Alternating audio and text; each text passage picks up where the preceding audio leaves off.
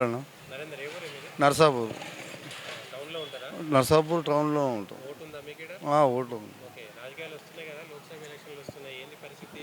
మాకు నరేంద్ర మోడీ ఇప్పటి నుండి కాదు, ఆ! నేను 97, 98 నుంచి ఆర్ఎస్ఎస్ కార్యకర్తను. ఓకే. మేము ఇంతకుముందు నేను 18 సంవత్సరాలు హైదరాబాద్లో ఉన్నాను. అక్కడైనా బీజేవైఎం మోర్చా యువ నాయకుడిగా పనిచేశా, హ్మ్. పతనారు డివిజన్. హ్మ్. ఇప్పుడు కూడా ఇక్కడ కూడా నేను ఇక్కడ బీజేపీకి ఫుల్ సపోర్టు. ఓకే. అంతే. మాకు సెంట్రల్లో నరేంద్ర మోడీ గారు ఉండాలి. గెలుస్తాడా మరి? 100%, నరేంద్ర మోడీ? 100% మెజారిటీ. కానీ మీ దగ్గర మెదక్‌లో ఎవరు గెలుస్తారు మరి? మా మెదక్లో కూడా రఘునందన్. మరి గెలవరంటున్నారు కదా! ఎవరు ఎందుకు అన్నది మెదక్‌లో కేసీఆర్ మేము కొంత బలం మేము మేము గెలిపించిన తర్వాత రిజల్ట్ వచ్చాక తెలుస్తుంది వాళ్ళకి. అంతేనా? మేము ఓట్ బ్యాంక్ అనేది మేము చెప్పుకోలేము. మేము వేసేది వేస్తాం మేము అంతే. కానీ వెంకటరామరెడ్డి ఆయన కలెక్టర్‌గా చేసిండు. ఆయన కంటే ఎవరు ఎక్కువ సేవ ఎవ్వరు ఏమి చేసినా చేయకున్నా మాకు రామలీల మైదానం ఇవాళ రామ్ మందిర్ కట్టించిన ఆ దేవుడు మాకు నరేంద్ర మోడీ. హిందూగా పుట్టిన ప్రతి ఒక్క వాడు ఈసారి నరేంద్ర మోడీకి వేసి గెలిపించారు. బస్ అంతే. 100%, ఊర్లో కూడా బీజేపీ కోట్లు పడతాయి. 100%, 100% పడతాయి. ఆ. కానీ హరీష్ రావు ఉన్నాడు.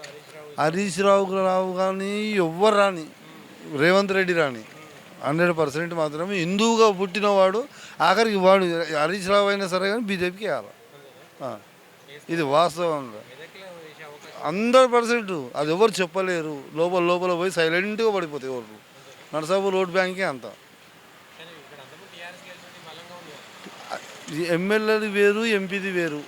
ఇక్కడ మాత్రం సైలెంట్గా మొత్తం నరేంద్ర మోడీకి వన్ సైడ్ పడిపోతున్నాయి నరసాపూర్లో. ఇదైతే గ్యారంటీ పక్క. ఖాళీ మీ నామినేషన్ రోజు చూడండి పబ్లిక్ ఎలాగ వస్తుందో. ఎవ్వరు స్వచ్ఛందంగా బయలుదేరుతారు. కానీ వెంకటరామరెడ్డి బలమైన నాయకుడు. ఆయన గతంలో కలెక్టర్. ఏం చేసినా ఎంత పైసా వంచినా ఓటు మాత్రం బీజేపీ. ఎవరు పైసా డబ్బులు వంచినా తీసుకోమానండి. మేమైతే రూపాయి తీసుకోము ఎవరి దగ్గర. మేము ఆర్ఎస్ఎస్ కార్యకర్త, మేము ఎవరిని అడగము, ఎవరిని తీసుకోము. కానీ ఖచ్చితంగా మాత్రం బీజేపీ. ప్రచారం మంచిగా ఉందా ఈడ అట్లా? ప్రచారం 100% చాలా బాగుంది. మంచిగానే చేస్తున్నారు. ఇంకొద్దిగా పెంచాలి ప్రచారం.